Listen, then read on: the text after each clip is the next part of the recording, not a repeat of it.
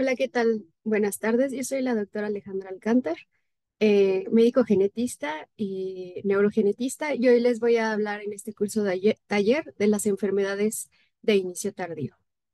Entonces, vamos a comenzar.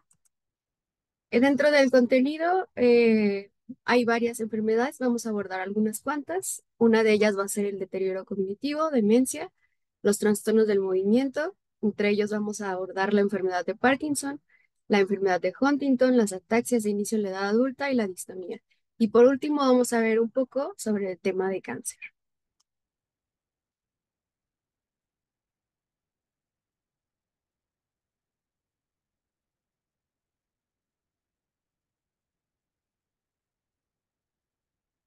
Muy bien, entonces, hablando de deterioro cognitivo, este se define como el deterioro de un nivel de funcionamiento cognitivo previamente alcanzado.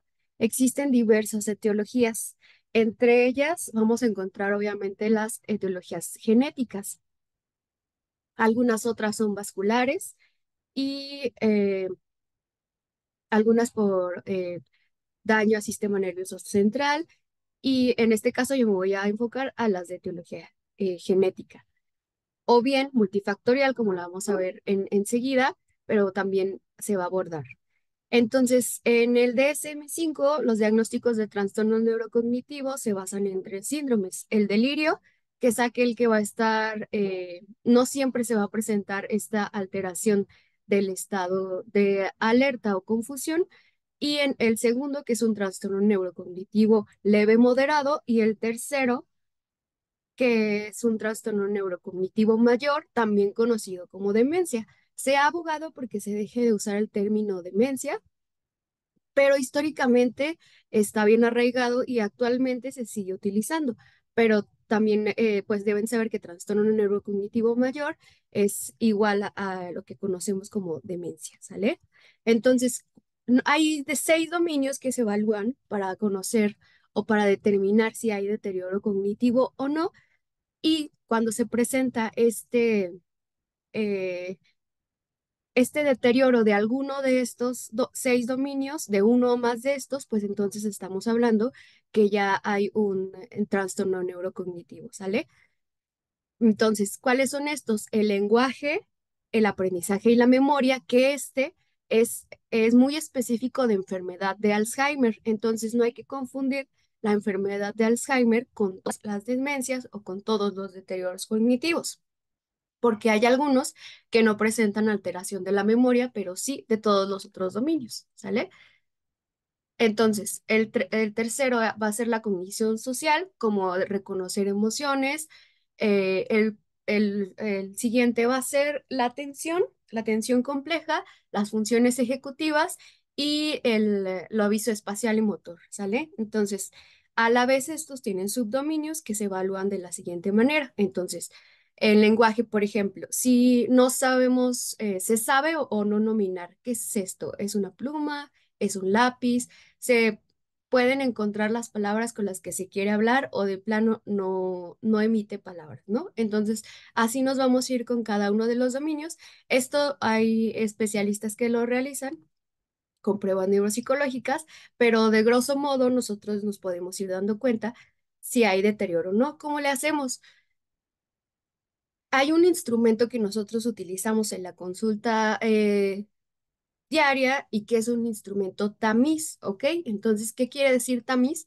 Que debo confirmar que de verdad se trate de este deterioro cognitivo con evaluaciones más específicas. Este es el test de MoCA o la evaluación cognitiva de Montreal, que evalúa justamente estos dominios. Entonces, por ejemplo, estamos viendo de este lado la...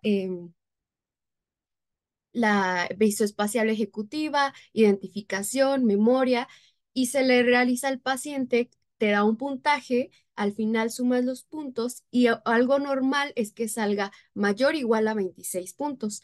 Es muy importante preguntar el nivel de estudios porque si la persona no ha cursado más de 12 años de estudio, entonces le agregamos un punto. Entonces, ¿qué pasa entonces cuando es un trastorno neurocognitivo mayor? Aquí ya se tiene independencia o ya es dependiente, perdón, para realizar actividades instrumentales complejas. Por ejemplo, pagar una factura, tomarse sus medicamentos, la persona ya está siendo dependiente para realizar esto, ¿sale? Entonces, esto nos va a hacer ya sospechar que se trata de un deterioro cognitivo mayor o demencia, cuando ya hay confusión o hubo episodios de que se perdió. Entonces, todo esto vamos a estar evaluando. Y por último, nos recomiendan también el punto de, ¿hay alteración del comportamiento o no hay alteración del comportamiento? Entonces, si hay, por ejemplo, un trastorno depresivo mayor, esquizofrenia, pues lo vamos a tomar en cuenta. También es importante saber que si existe un trastorno depresivo mayor, pues primero se debe tratar la depresión para determinar si se trata de deterioro cognitivo, moderado o leve, porque estos episodios o esta depresión influye con estas actividades o con estas funciones ejecutivas, ¿sale? Entonces, entrando a la enfermedad de Alzheimer, este es el tipo de deterioro cognitivo, tipo de demencia más común. Esta va a tener un componente multifactorial, va a ser poligénico, que quiere decir que influyen varios genes para el riesgo de presentación. Cuando es monogénico, ahí sí se trata de un solo gen que nos va a conferir un riesgo específico. La mayoría, si no todas, son autosómicas dominantes, ¿sale? Entonces, el riesgo de que se esté heredando va a ser del 50%. Hay un concepto en las enfermedades multifactoriales que se conoce como heredabilidad, que quiere decir que qué tanto influyen estos factores genéticos poligénicos para que se esté presentando la enfermedad. Este va a tener una heredabilidad alta del 60 al 80%. Y bien importante identificar que los factores de riesgo son eso, factores de riesgo. No nos van a determinar que va a presentar el paciente enfermedad de Alzheimer o no. Entonces, ¿cómo sospechamos de un deterioro cognitivo de causa genética? Esto es importante porque se ha visto que los deterioros cognitivos de inicio temprano, que son de menos igual a los 65 años, hasta el 10 a 15% se ha encontrado causa monogénica. Y a otra de las cosas para que los vamos a sospechar son los antecedentes heredofamiliares. Entonces, como les dije, la enfermedad de Alzheimer, al tener una heredabilidad alta, pues puede haber por ahí algunos familiares que estén afectados, pero no siempre va a ser este patrón monogénico, este patrón autosómico dominante, a que ahorita les voy a mostrar, este patrón mendeliano, perdón. Entonces, esta enfermedad de Alzheimer de inicio temprano va a ser igual o menor a 65 años y representa el 5 y el 6% de los pacientes con enfermedad de Alzheimer. La prevalencia es alrededor del 24 por 100.000 individuos y en este estudio que se hizo específicamente para enfermedad de Alzheimer, el inicio temprano más un patrón mendeliano, que es el patrón mendeliano. Este patrón, por ejemplo, de este árbol, autosómica dominante, vertical, lo tenía mamá, luego lo tienen hijos, nos va a identificar, hay la probabilidad de identificar una causa monogénica hasta en un 60-80%. La enfermedad de Alzheimer de inicio temprano familiar, que tenga estos dos componentes, representa un 2% de todas las enfermedades de Alzheimer. ¿Y cuáles van a ser los genes más implicados o los que debemos de tener ahí en cuenta? Van a ser APP con un 10 a 15%, presenilina 1 con un 30 al 70% y presenilina 2 con menos del 5%, ¿sale? Entonces, en este caso que nos presentan, una mujer que inició a los 40 años y falleció a los 65 con la enfermedad de Alzheimer. Entonces, inicia a los 40 años, ya estamos hablando de un inicio temprano. Ahí ya se tiene que prender un foquito rojo de que esto podría tener alguna causa monogénica. Eh, ya después estamos viendo que su hija inicia a los 42 años y tiene otra hija más que inicia a los 40. Entonces, ya estamos teniendo antecedentes heredofamiliares, inicio temprano, con una alta probabilidad de que se esté presentando una enfermedad de Alzheimer por causas genéticas, ¿no? Se realiza la evaluación y encuentran una alteración, una variante en el gen de presenilina 1 y esto confiere esta la etiología de la enfermedad, ¿sale? Entonces, si encuentran un paciente con estas características, es importante referir al genetista. Ahora, se ha hablado mucho de los factores de riesgo, en especial del APO epsilon 4, ¿sale? No sé si ustedes conozcan a este actor Thor, que la hace de Thor en los Avengers, pues él se hizo esta prueba, eh, no sé por qué, pero se la hizo y entonces descubrió que justo tiene uno de sus alelos, o no sé si los dos, pero tiene este APO epsilon 4. Entonces, APOE es el gen, pero tiene varias como presentaciones. Es el epsilon 4, epsilon 3 y epsilon 2. El epsilon 4, si tenemos esta presentación, aumentamos el riesgo de presentar enfermedad de Alzheimer. ¿Cuánto? Pues si la tenemos solo en un alelo, de este lado, ¿no? Imagínense que de este lado tenemos L3, que es el más común en la población general y el riesgo que nos confiere es el mismo para todos. De este lado tenemos a 4 y de este lado supongan que tenemos a 3. Aquí nos da un riesgo de 2 a 3 veces más que la población en general de presentar enfermedad de Alzheimer. Pero, ¿qué pasa si tenemos apo epsilon 4 en ambos alelos, que sería el homocigoto? Pues entonces estaríamos confiriendo un riesgo de hasta eh, 12 veces más de presentar enfermedad de Alzheimer, pero justo estamos hablando de riesgos. Y en este caso, pues es importante que se conozca porque él ya lo está tomando como si fuera a tener enfermedad de Alzheimer y no es así. Le está confiriendo un riesgo, pero no quiere decir que la vaya a presentar. Y es por eso que es súper importante que cuando nosotros escuchemos hablar de esta APOE, pues no se solicita de primera línea, primero se descartan las causas monogénicas y tampoco, mucho menos, se solicitan individuos que no tengan síntomas y que quieran conocer su riesgo. ¿Por qué? Porque justo este asesoramiento es difícil. Vamos a dar solamente un riesgo, pero no se determina un específico este riesgo, ¿sale? Y el nivel de ansiedad o de incertidumbre que puede generar pues es muy importante, ¿no? En el paciente no vamos a estar generando este tipo de ansiedad o, por ejemplo, que ya esté pensando que le va a dar. Por eso no se solicita de rutina. Más bien, si estamos sospechando de una enfermedad de inicio temprano que tiene antecedentes familiares, pues hay que evaluar con el genetista, pero sí para que estén conscientes de que APOE solo es un factor de riesgo. Este puede ser de inicio temprano, inicio tardío y generalmente no presenta un patrón mendeliano.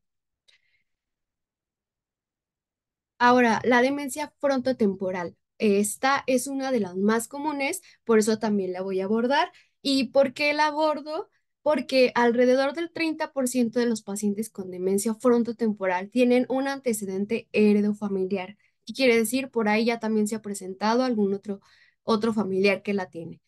La mayoría de los casos de demencia frontotemporal va a ser multifactorial, pero sí se ha implicado en la demencia frontotemporal que hay varias causas genéticas, entonces también es importante revisarla en este aspecto.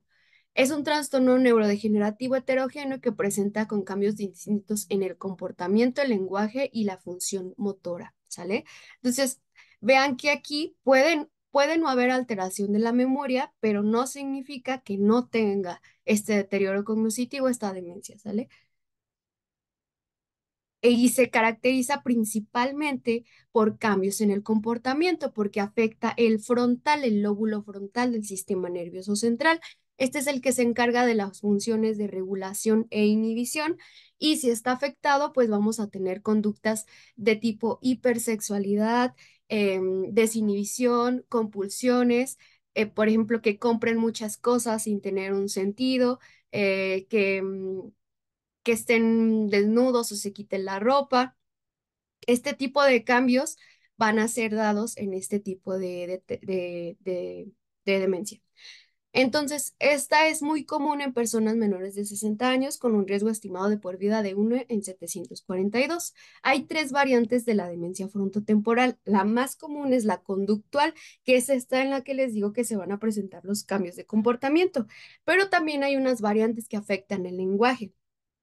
una variante semántica afasia primaria progresiva y una variante no fluida o agramatical, que quiere decir que no puede pronunciar ya las palabras o le cuesta mucho trabajo. La semántica se trata del significado de las palabras. Nosotros, si vemos algo, identificamos, por ejemplo, que estamos viendo un gorrión. ¿Qué pasa después? Ya no podemos decir que es un gorrión, solo identificamos que es un pájaro. Más adelante, ni siquiera identificamos que es un pájaro, no lo relacionamos, ahora es un animal y llegará cosa. Este tipo de cosas pasan en la demencia frontotemporal. Entonces, como les dije, la mayoría de los casos va a ser esporádica, pero hay causas que son genéticas también. De los genes que están más implicados o que debemos sospechar es el C9orf72, que en este caso hay que siempre ver que sí se esté evaluando. MAP, que también es importante, y GRN o gen de la granulina. Estos tienen que ver con las funciones de algunas proteínas que están en el cerebro, como la tau, y que si no funcionan bien, estas proteínas empiezan a agregar y por eso causan esta disfunción en el sistema nervioso. ¿Vale? Ahora vamos a entrar con el segundo punto, que son los trastornos del movimiento. Estos son síndromes neurológicos en los que hay un exceso o una escasez de movimientos voluntarios y automáticos. Se dividen entonces en hipercinéticos e hipocinéticos. Hipercinético quiere decir que tiene mucho movimiento. En este caso encontramos la corea, ataxia, distonía, temblor y los tics. Y por otro, en el lado de los hipocinéticos, el parkinsonismo y la bradicinesia.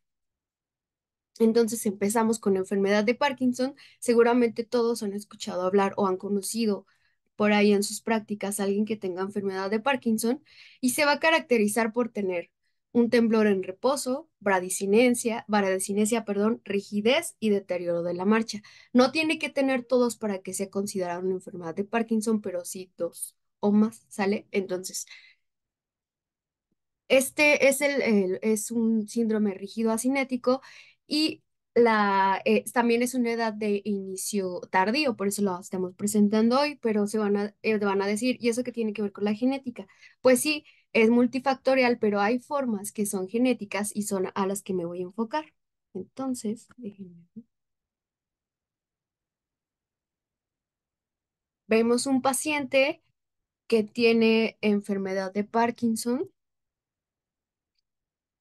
y vemos que este movimiento está limitado. Vean cómo da estos pasitos cortos, tiene disminución del braceo, no mueve tanto los brazos, los tiene muy pegados al cuerpo.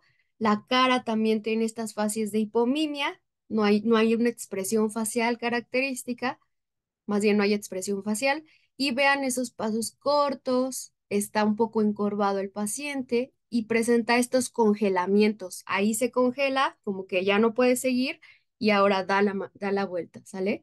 Entonces, este es clásicamente un parkinsonismo, ¿sale? Entonces, ¿cuándo hay que sospechar de enfermedad de Parkinson de origen genético? Del 5 al 10% de los pacientes con enfermedad de Parkinson van a tener una causa monogénica, que quiere decir hay un gen que está afectado, que tiene una variante que está confiriendo esta enfermedad. Sale un gen y entonces el riesgo para la descendencia que nosotros podemos dar ya es específico. Vamos a ver qué son antecedentes heredofamiliares, entonces siempre hay que estar bien pendientes de la historia clínica y el inicio temprano, que se considera menor o igual a los 50 años, ¿sale? Entonces, igual la edad de presentación es importante. La etnia también es importante, por ejemplo, se sabe que los judíos askenazis tienen un riesgo más aumentado y también una población en África que se llama los beriberi. Pero ¿qué pasa? Cuando empiezas a estudiar a tu población y conoces que ya hay variantes que se están repitiendo y que dan este riesgo de enfermedad de Parkinson, pues entonces ahí también puedes ir a- a investigar si el paciente tiene o no estas variantes. ¿Qué pasa en México? Que actualmente no se han llevado a cabo estudios tan amplios en los que se evalúa todo el material genético de las personas con enfermedad de Parkinson. Entonces, pues no hay ahí como un gen específico que conozcamos que se esté presentando más en nosotros los mexicanos, pero ya con esto que sabemos de antecedentes familiares o inicio temprano, pues entonces la debemos sospechar, ¿sale? Igual en la enfermedad de Parkinson, al ser multifactorial, podemos ver varios afectados. Cuando estamos hablando de de este patrón mendeliano, que es este patrón vertical que presenta papá, hijos y luego los hijos de estos hijos afectados, entonces lo debemos sospechar más como un origen genético. Pero ¿qué pasa? Si hay duda, pues no hay problema, hay que referir. Las formas autosómicas dominantes, los genes principales van a ser SNCA, LRRK2 y BPS35. En general, estas formas de presentación pueden iniciar como a los 45 años, y los autosómicos recesivos siempre van a iniciar más temprano, 20, 19, 30, también puede tener esta variabilidad, pero en general el recesivo inicia más temprano, incluso formas juveniles. Entonces, el recesivo podemos tener un antecedente de consanguinidad, papás sanos y los hermanos afectados, o sea, los hijos, hermanos afectados. Em, los genes principales son PRKN, PINK y DJ1. Ahora, ¿cuáles son las consideraciones actuales? ¿Se ofrece estudio genético o no a los pacientes con enfermedad de Parkinson, aunque no tengan estos antecedentes del inicio temprano? Pues ahora se está abogando porque se ofrezca el test molecular a todos los pacientes que tienen enfermedad de Parkinson. Pero muchas veces, o más bien no, en este momento se está llevando a cabo por protocolos de estudio. ¿Qué pasa? Que para enfermedad de Parkinson, al ser una enfermedad prevalente y al haber muchas vías metabólicas que están implicadas y se sabe que tienen a veces varios genes que son conocidos, pues que se le invierte dinero para saber si hay algún mecanismo molecular que está implicado y que se pueda actuar de manera terapéutica en este caso, ¿sale?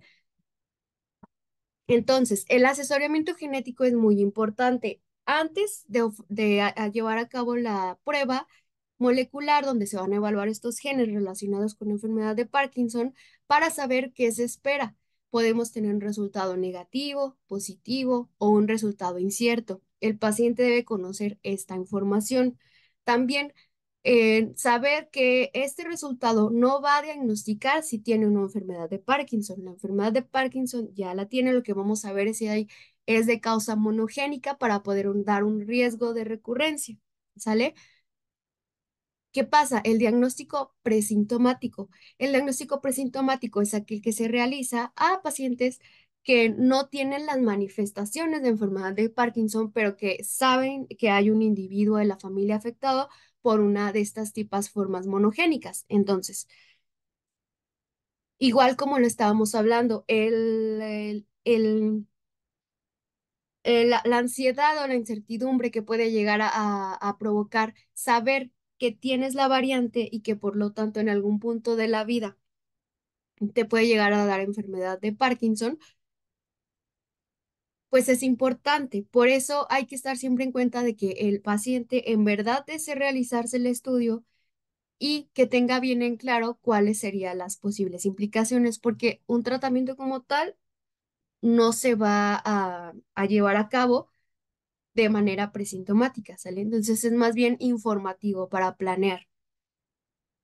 Otro punto importante es la penetrancia incompleta, que esto va a ser qué proporción de los individuos tienen la variante y presentan la enfermedad o desarrollan la enfermedad. Entonces, en este caso es penetrancia incompleta. ¿Qué quiere decir? Que hay individuos que pueden tener la variante y aún así no van a desarrollar la enfermedad. Y esto depende de qué gen sea. Por eso es tan importante el asesoramiento genético.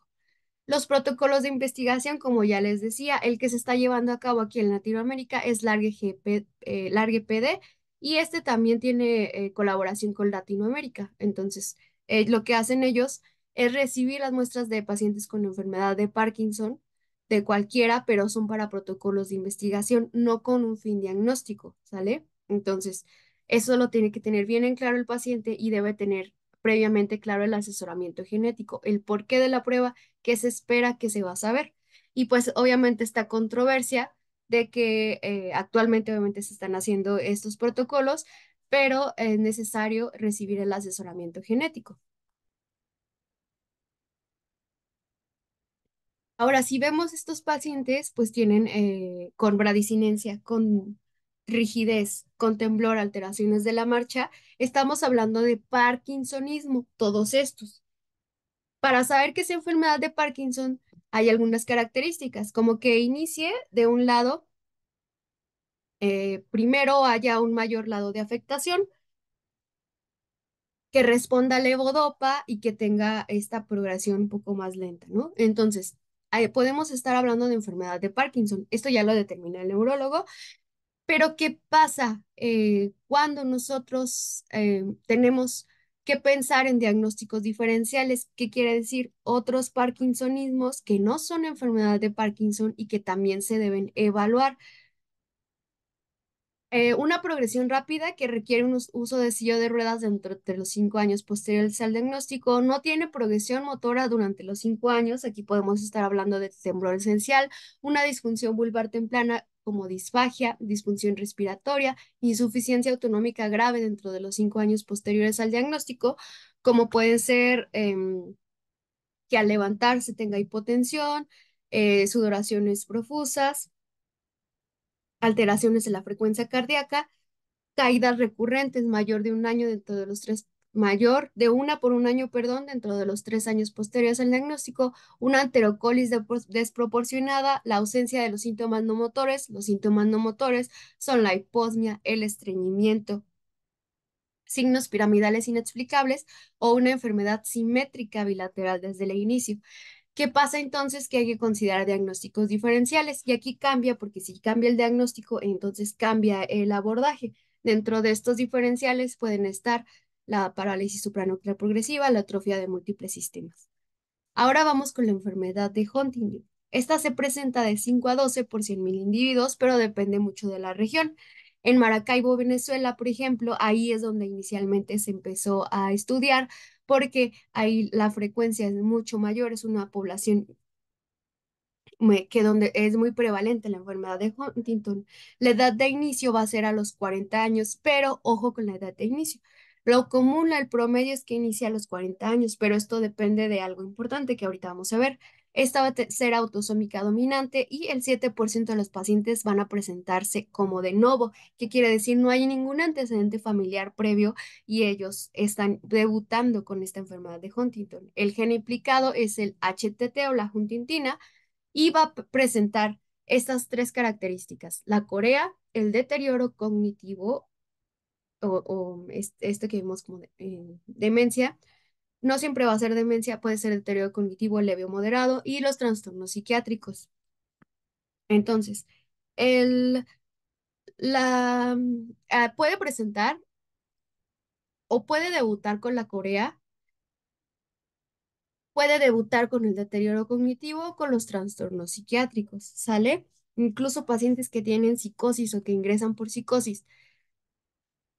El 10% de los pacientes con enfermedad de Huntington debutan con una psicosis. Entonces, a veces inicia con uno de estos, no siempre va a iniciar con la corea, pero muy importante, ojo aquí, que no se le diga, no se le diga, más bien que se informe de manera correcta, porque pues no podemos estar diciendo, tu hermano, ya tenemos un paciente con enfermedad de Huntington, pero tu hermano está teniendo trastornos psiquiátricos. Seguramente también tiene enfermedad de Huntington. No, ¿por qué? Porque la ansiedad, la depresión, estos trastornos afectivos son comunes en la población, no podemos aseverar ese diagnóstico. Se, se va a sospechar hasta que se presenten estos movimientos involuntarios y entonces se va a empezar ahí con este ofrecimiento de la prueba molecular. Entonces vamos a ver que estos movimientos se definen o se describen como un baile. Entonces vean cómo la enfermedad de Parkinson era más como falta de movimiento y aquí hay un aumento del movimiento. Vean tronco cómo se mueve, vean la pierna también y ahorita también el brazo lo voy a mover un poco. pero especialmente en ella se presenta de tronco. Puede también presentar movimientos orolinguales. Y muchas veces toca que se confunde la corea con el parkinsonismo o pacientes con enfermedad de Huntington que al inicio tenían un diagnóstico de enfermedad de Parkinson. Entonces hay que tener este mm, cuidado con eso, ¿no? Entonces así se presenta. Ahora, la enfermedad de Huntington tiene un mecanismo molecular interesante porque, bueno, previamente se habló, bueno, de las variantes genéticas que pueden ser, que cambia un nucleótido por otro y entonces ya me está confiriendo una variante que puede ser patogénica y entonces provocar esta enfermedad. ¿Qué pasa entonces en la expansión de repetidos? Tenemos nuestro gen y lo que va a pasar aquí es que se van a empezar a expandir. ¿Qué quiere decir? Que de un gen de este tamaño vamos a tener un gen mucho más grande por esta expansión de repetidos. ¿Cuál es lo normal de 10 a 26? Estos repetidos de citosina, adenina y guanina que se empiezan a repetir de más, pues nos van a conferir a esta enfermedad de Huntington y va a ser a partir de los 40 repetidos ya tenemos enfermedad de Huntington, pero aquí de los 35 ya se puede presentar también la enfermedad de Huntington, lo vamos a ver en la siguiente diapositiva. Esto va a provocar que haya esta proteína que normalmente debería ser solo lo verde, pues no, ya se hizo más grande con los expandidos de la poliglutamina. Ese AG codifica para la glutamina, entonces vamos a tener un montón de glutaminas que se van a empezar a agregar, que no se pueden degradar, que van a estar haciendo modificaciones en toda esta parte de la transcripción, traducción, y el principal componente afectado van a ser los núcleos de la base, que son los que controlan el movimiento, ¿sale? Por eso la corea de Huntington. El diagnóstico molecular, como les dije, la edad de presentación tiene mucho que ver con el número de repetidos que se encuentre, ¿sale? Entonces, dijimos que la edad promedio era de 40 años. Cuando se tienen de 27 a 35 repetidos CAG, se conocen como alelos intermedios. Recuerden que lo normal es tener menor de 26. En este caso, no hay riesgo de desarrollar el fenotipo o la enfermedad, ¿sale? Pero ya tenemos aumentadas los repetidos y eso es importante. Ahora, de 36 a 39 repetidos va a ser una penetrancia reducida. Acuérdense de ese concepto de penetrancia. ¿Qué quiere decir? Que no todos los individuos que tengan 36 a 39 CAG van a desarrollar la enfermedad. Algunos sí y otros no. Se confiere un alto riesgo de desarrollarla, ya hay porcentajes específicos, pero ¿qué pasa? Que a partir de 40 repetidos ya estamos hablando de enfermedad de Huntington y el 100% lo van a desarrollar. Hay algunos que pueden tener una edad de presentación justo de 40 años, hay otros que la pueden tener de 50. Aquí puede ser variable, pero se va a desarrollar. De 36 a 39 puede tener una presentación más bien tardía, que son pacientes, por ejemplo, de 70 años con enfermedad de Huntington. Y aquí ya vemos que es tardía porque el promedio era los 40, ¿sale? ¿Y qué pasa cuando tengo mayor a 56 CAG?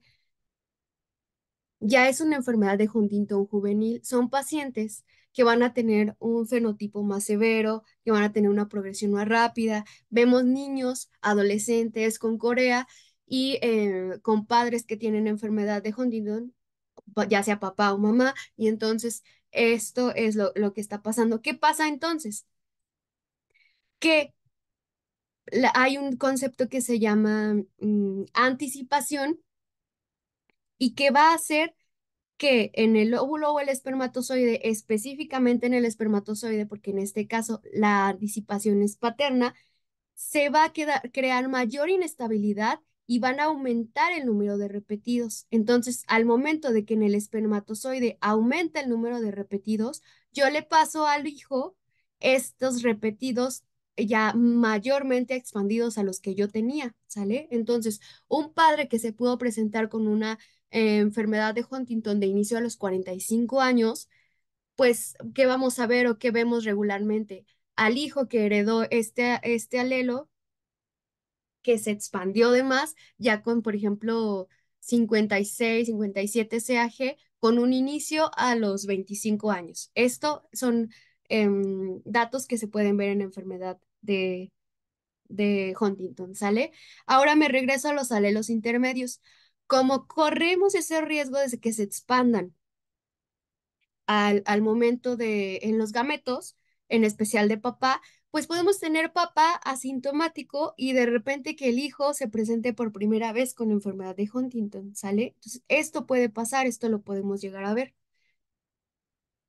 Entonces, ya lo estamos hablando, este número de repetidos correlaciona con la edad de inicio, a mayor número de repetidos, menor edad de inicio, la variabilidad en la presentación clínica y esto se ha propuesto que hay genes modificadores, que quiere decir que hay algunos otros genes que influyen en esta presentación, por eso es tan variable. Por eso en la misma familia algunos individuos iniciaron con la corea, pero no tienen deterioro cognitivo y no tienen alteraciones del comportamiento, pero hay algunos otros individuos que iniciaron con alteraciones del comportamiento y después presentaron la corea, ¿sale? Los alelos intermedios o de penetrancia reducida, justo son de estos de los que ya hablamos, el fenómeno de anticipación, que va a ser paterno, y el diagnóstico presintomático. Es importante saber que el diagnóstico presintomático se tiene que hacer bien informado con un asesoramiento que quede muy claro y que sea un interés genuino de este individuo que no tiene síntomas, pero los antecedentes, de conocer realmente. Entonces se hace, esta realización, perdón, esta evaluación se realiza en conjunto con psiquiatría, porque si hay individuos que tengan riesgo de presentar, por ejemplo, que tengan ideación de ideas de muerte o que hayan tenido intentos suicida, pues no se le puede dar este diagnóstico em, así porque ya hay este riesgo, tiene, por ejemplo, trastorno depresivo, tiene ansiedad.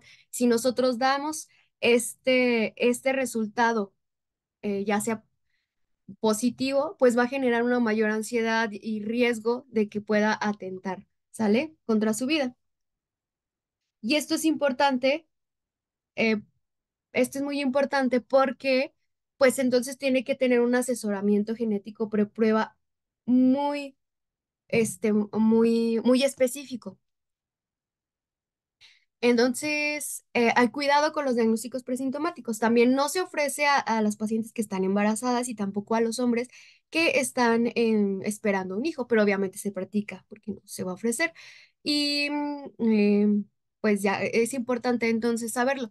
¿A qué pasa entonces? Pues que primero hay que tratar depresión, ansiedad y una vez que el paciente o el individuo se encuentra en las condiciones de recibir este resultado, pues se realiza la evaluación. Otra cosa importante es que no están obligados a conocer este diagnóstico. Si ellos no tienen el interés de saber si portan o no este alelo que van a desarrollar enfermedad de Huntington, pues no se tiene que hacer esta evaluación, ¿sale? Es voluntaria este diagnóstico presintomático. Ahora vamos a pasar con las ataxias de inicio en la edad adulta. La ataxia cerebelosa afecta aproximadamente a 8.3 adultos de cada 100.000 individuos. Entonces, ataxias puede haber sensitivas, cerebelosas, vestibulares. Entonces, en este caso me voy a enfocar un poco a las cerebelosas y vamos a ver este video de cómo es ataxia. Mm, Y ahí empezó.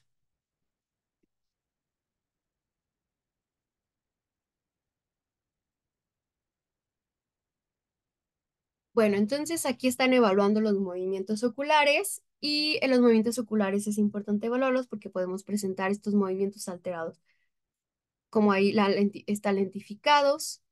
Ahora, este es importante, la prueba del dedo nariz, en este caso mentón dedo, donde se presenta esta dismetría. Vean cómo ella alcanza el dedo del evaluador, pero se pasa, no lo deja justamente donde está el dedo, pasa y luego regresa al dedo. Pasa y regresa. Estas son las dismetrías.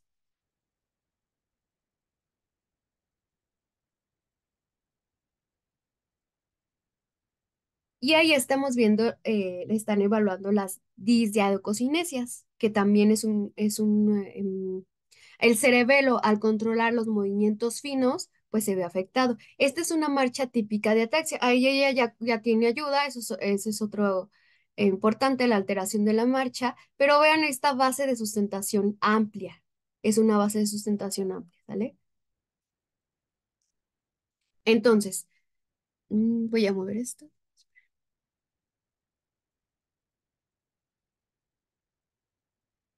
La clasificación de las ataxias de inicio en la edad adulta pueden ser adquiridas, pueden ser genéticas, o hay otro que se ha incluido que son las esporádicas. Las adquiridas se dividen, más bien, van a tener una presentación aguda, que quiere decir que va a ser de rápido inicio, menor a 3 meses, la subaguda más o menos en una evolución de 3 meses, y estas pueden ser inmunomediadas, infecciosas, tóxicas, vasculares, paranoplásicas o por deficiencia de vitaminas. Entonces, al abordar una ataxia, nosotros debemos tener en cuenta estas etiologías para descartarlas. Ahora, genético. Esta más bien va a ser crónica, va a ser mayor a 3 meses, va a tener esta progresión lenta y vamos a tener dentro de las genéticas las ataxias espinocerebelosas autosómicas dominantes, que se abrevia como SCAS, que ya se conocen a la fecha de 50 más o menos y cada vez se van encontrando más. Las ataxias espinocerebelosas autosómicas recesivas, que se abrevia como ARCAS, las ataxias episódicas, que se presentan a veces, luego se quitan, luego se vuelve a presentar, y las ataxias mitocondriales, estas van a estar acompañadas, por ejemplo, de alteraciones en la retina, de epilepsia, de debilidad, de oftalmoplegia, de tosis, las ataxias ligadas al cromosoma X, y por último se ha propuesto esta clasificación también de las esporádicas, que estas van a ser agudas o subagudas y van a ser ataxias de inicio tardío idiopáticas. Esta palabra idiopática que no nos gusta, pero que ahí la seguimos poniendo, que es que no encontramos ninguna etiología, no se encuentra una causa. O la atrofia de múltiples sistemas. La atrofia de múltiples sistemas no es genética, hasta el momento no se ha encontrado un componente genético. La ataxia inicio tardío idiopática, incluso en ellas se han evaluado, después se han evaluado para descartar aún más, yendo a fondo estas causas genéticas, y se ha encontrado que incluso estas ataxias de inicio tardío idiopáticas pueden llegar a tener una etiología genética. En especial hay una tipo de ataxia que se conoce como ambas y que es justo por esta expansión de repetidos que ya vimos. Es difícil de evaluar porque es una expansión de repetidos grandes y justo aquí se han encontrado algunos de estos positivos. Y una clasificación histórica, ya no la usamos tantos, pero puede servir mucho al momento de el primer contacto, que va a ser esta clasificación tipo uno, tipo 2 y tipo 3. La tipo uno van a ser ataxias con oftalmoplegia, atrofia óptica, deterioro cognitivo o síntomas extrapiramidales. Entre ellas vamos a tener la uno, 2, 3, 4, 8, 10. ¿Qué tiene la uno, la 2 y la 3? Estas se suelen parecer. Vamos a tener, podemos tener componentes como parkinsónicos también, que quiere decir que hay rigidez, que está presentando también esta hipomimia. Y la tipo 2 esta es bien importante porque esta tiene maculopatía pigmentaria, tiene una retinosis pigmentaria. ¿Y qué pasa con esta? Pues que es la SK7. Ustedes piensen en SK7 o un ataxis penocerebeloso tipo 7 si hay alteración en retina, obviamente retinosis pigmentaria, ¿sale? ¿Y qué pasa? La tercera, la tipo 3 o las ataxias puras, ¿qué quiere decir? Que no tiene ninguna otra alteración más que la ataxia, ¿sale? No va a tener nada de enojo, no va a tener síntomas extrapiramidales, no hay deterioro cognitivo. La más frecuente de estas es la SK6. Un poquito de la epidemiología en México que tenemos nosotros en cuanto a las ataxias cerebelosas. La más frecuente en todo el mundo es la SK3. Pero ¿qué pasa en México? La más frecuente es la SK2 con un 43%. La SK3 va a tener un 12%. Estas van a ser de las de tipo 1, que quiere decir que hay algunas otras afectaciones. La SK10 es importante que la piensen cuando hay ataxia y epilepsia. Y la SK7, que es la de retinosis pigmentaria, que esta es muy característica de Veracruz. Hay de mayor de 150 casos reportados, entonces si tenemos un paciente con ataxia que viene de Veracruz, pues hay que sospechar, ¿no? Y aparte revisar ojo. En cuanto a genética, ¿de qué se habla? Pues muchas de estas van a ser por expansión de repetidos. Por eso es importante que el estudio lo solicite el genetista, porque hay estudios que no te van a evaluar la expansión de repetidos, solo te van a evaluar el cambio de un gen por otro. Al hablar de ataxias, nosotros podemos saber clínicamente de cuál se trata, sí, pero es difícil. A veces es difícil saber y por eso se tienen que evaluar las que estamos sospechando, ¿sale? Esta recesiva, que es la ataxia de Friedreich, esta usualmente se presenta en los niños y también en los adolescentes, pero ya se ha descrito las formas de inicio tardío, que son justo las que se presentan en edad adulta. Característicamente ellos presentan una neuropatía, escoliosis, y qué pasa que no se ve la atrofia del cerebelo, no vamos a encontrar atrofia del cerebelo. En estadios avanzados sí se puede ver ya, pero inicialmente no encontramos a la atrofia del cerebelo. Entonces, así la podemos sospechar también. En todas las otras sí vamos a tener este atrofia cerebral. Entonces, con la distonía. La distonía se presenta por contracciones musculares sostenidas intermitentes de músculos antagonistas y agonistas y van a presentar movimientos y posturas anormales. Puede presentar movimientos en espejo, truco sensorial, que quiere decir que el paciente sabe cómo quitarse la distonía, cómo remitirla. Y después, a la evolución, este sensorial desaparece y el desbordamiento, que es desborda una parte contigua del cuerpo. Entonces vamos a ver este video. Aquí se trata de un niño que presenta una retrocolis. Vean cómo el cuello lo mueve hacia atrás. Pero ¿qué pasa? Que él está aplicando su truco sensorial o truco sensitivo. Vean cómo agarra la cabeza y ya no tiene la retrocolis, ¿sale? Pero también estamos viendo que presenta, además de esto, las posturas anormales en las manos. Vean cómo tiene una contracción sostenida muscular y también la distonía es marcada en tronco, ¿sale? ¿Cómo se clasifican las distonías? Las de inicio tardío van a ser las que se presentan a mayor o igual a los 20 años y hay de 3 a 372 por cada 100.000 individuos. ¿Qué debemos hacer cuando vemos una distonía? Pues igual, siempre basados en historia clínica. ¿Cuándo inició? ¿Dónde se distribuye? La edad de inicio, acuérdense, las tardías, 20 años. ¿Cómo se distribuye? Si es focal, si es segmentaria, si es generalizada, que está afectando tronco y dos regiones, ¿sale? El patrón temporal, si es episódica, si es más de día, más de noche, y las características asociadas, que hay microcefalia, talla baja, deterioro cognitivo, discapacidad intelectual. Todo esto nos debe hacer sospechar o algún otro trastorno del movimiento. ¿Cuál es la etiología? Puede haber patología en el sistema nervioso central, las distonias hereditarias, distonias adquiridas que van a ser por fármacos, por tóxicos, inmunes o las idiopáticas, otra vez este término que no hemos encontrado en etiología, ¿sale? En el caso de lo genético, que les voy a hablar, estos autores nos proponen puntuación clínica que predice la tasa de éxito del diagnóstico de la secuenciación de exoma en individuos con distonía. El exoma es un estudio en el que nosotros, bueno, no nosotros, el laboratorio evalúa estos genes que ya conocen que causan enfermedad y pues aquí se descarta la mayoría, ¿no? Entonces, ¿qué pasa? La edad de inicio, si es una edad de inicio temprana de 0 a 20 años, ya le damos 2 puntos. Un paciente adolescente o infante con distonía, siempre hay que abordarlo para descartar causa genética. Vemos que las distonías de inicio en la edad adulta en realidad son frecuentes, por eso aquí les están dando 0 puntos. La distribución corporal, si es generalizada o segmentada, ¿qué quiere decir? Afecta a todo el cuerpo o alguna región y otra contigua, le damos un punto. Si es focal, ¿qué quiere decir? Que solo afecta a una región, 0 puntos. Hay varias distonías focales en la edad adulta que de hecho son comunes, pero que sí se recomienda esta evaluación por neurología y por todos los servicios.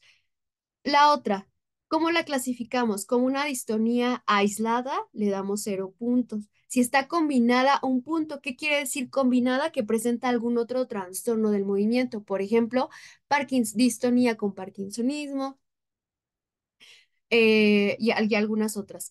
Las distonías plus, ¿cuáles son las distonías plus? Que presentan algún trastorno del movimiento, perdón, algún trastorno que no es motor, neurológico que no es motor, como puede ser la epilepsia, discapacidad intelectual, alteraciones del comportamiento. Aquí le vamos a dar 2 puntos, ¿sale? Entonces, es suma de 0 a 5 y si tenemos 5 puntos, tenemos la probabilidad de encontrar un resultado o un diagnóstico en el 50%. Entonces, está altamente recomendado que se le realice el abordaje molecular. Entre menos puntos, pues menor es la probabilidad, pero siempre es importante evaluar a los pacientes con distonía. Ya por último y para terminar, vamos a hablar de cáncer, ¿sale? Entonces, ¿qué pasa con el cáncer? Pues sabemos que es es una condición frecuente. Es una condición frecuente y entonces debemos conocer cuándo sospechar de algún cáncer que pueda tener un origen genético, ¿sale? ¿Qué va a ser un síndrome de cáncer hereditario? Es cuando en una familia hay una variante patogénica o una mutación que aumenta grandemente el riesgo de cáncer o aumenta sustancialmente este riesgo. Representan el 10% de todos los cánceres. Entonces, ¿qué quiere decir?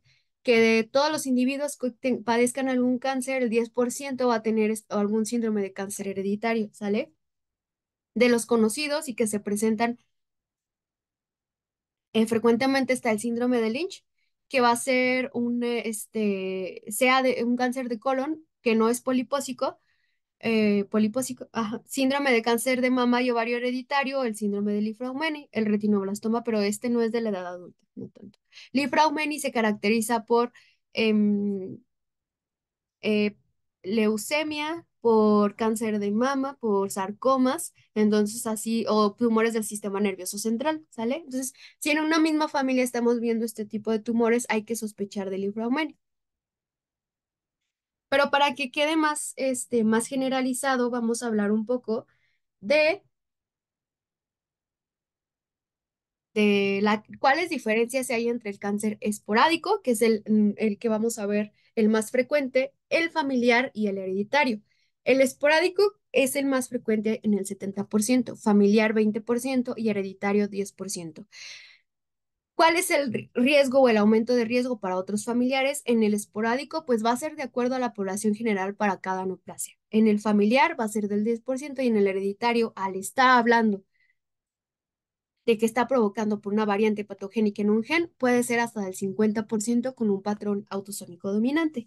Medidas de prevención para los familiares. El esporádico, igual que la población general, ya se sabe, por ejemplo, para SEA de mama, la mastografía a partir de los 40 años, las revisiones mensuales, eh, así generalmente, ¿no? El familiar, igual que la población general, o se puede hacer un seguimiento también.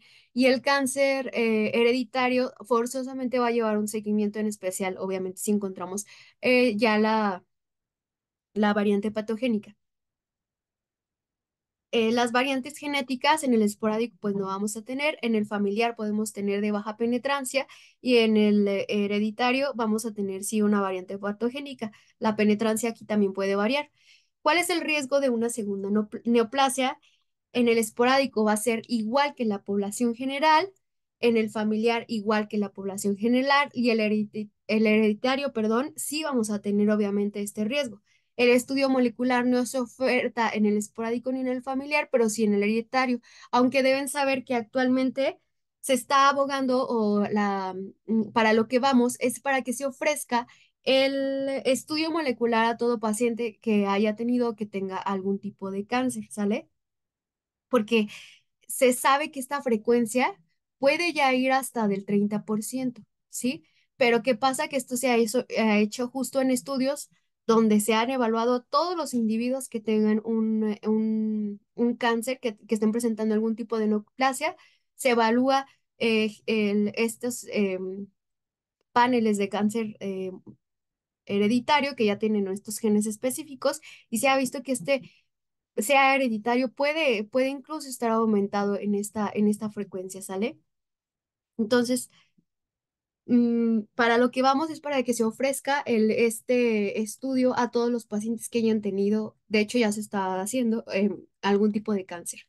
Entonces, cáncer hereditario, ¿en qué sospechar un síndrome de cáncer hereditario?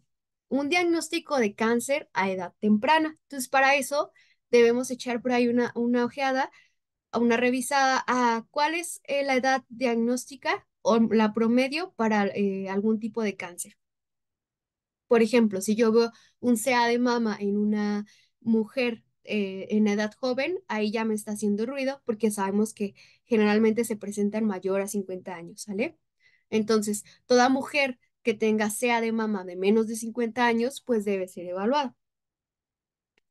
Dos o más, o por ejemplo también en el CA de colon sabemos que también es en la edad adulta, mayor a 50 años, que quiere decir que si vemos adolescentes o adultos, por ejemplo, de 30 años que ya tienen un CA de colon, también hay que evaluarlo. Dos o más tumores primarios en el mismo individuo. Esto también es importante tenerlo en cuenta porque en general no es común que se presenten los dos o más tumores primarios. Tumores bilaterales, o sea, en órganos pares multifocales o multicéntricos. Por ejemplo, cáncer sea de riñón que venga en ambos riñones. Dos o más familiares con un cáncer. Puede ser el mismo tumor o con diferentes tumores relacionados con un síndrome de cáncer hereditario. Como les hablaba del Li-Fraumeni, alguno de los individuos puede tener leucemia, otra ya tuvo un sarcoma, otro tuvo un tumor en el sistema nervioso central, entonces esto nos debe de hacer sospechar. Los tumores poco frecuentes, por ejemplo, el cáncer de mama en varones o todo cáncer medular de tiroides, ¿vale?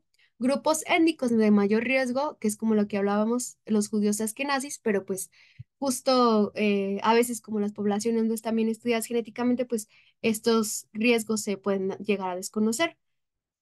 El diagnóstico histológico también es importante. Hay histologías que son más, ah, que están más relacionadas con estos síndromes de cáncer hereditario, por ejemplo, el CA de mama triple negativo, que también se debe estudiar eh, por genética. Entonces, recuerden siempre, el asesoramiento genético es la clave, es lo de lo más importante y es por eso que de- er, les invito a referir al genetista, pero ahorita ustedes ya conocieron un poco más de estas enfermedades de inicio tardío que podemos ver y que que debemos estar abordando también porque puede ser algo genético. Ahora, para recordar, en esto del cáncer, se ha venido un boom de identificar cuál es la variante, cuál es la mutación, cuál es la variante patogénica en el tumor. Entonces, aquí sí hay que diferenciar que la variante patogénica o la mutación somática va a estar solo en el tumor o en el tejido. Que nosotros vayamos a estudiar. Si yo tomo mi prueba de sangre periférica, ahí yo estoy planeando evaluar mutaciones germinales o variantes patogénicas germinales. ¿Qué quiere decir? Que todas mis células o la mayoría de estas células van a tener este cambio, ¿sale? Entonces aquí sí lo vemos que está en todos lados, germinal está por todos lados y la somática solo acá. Entonces, la mayoría de los tumores, al estar proliferando o al estarse llevando divisiones celulares rápidas con descontrol, van a tener variantes patogénicas o mutaciones, ¿sale? Pero ¿qué pasa? Que de este lado, el riesgo que se le da, pues obviamente no vamos a poder dar un riesgo para la familia porque estamos evaluando solamente el tumor, no hay que confundirlos. De este lado, las mutaciones germinales, esas sí se dan el riesgo para la familia.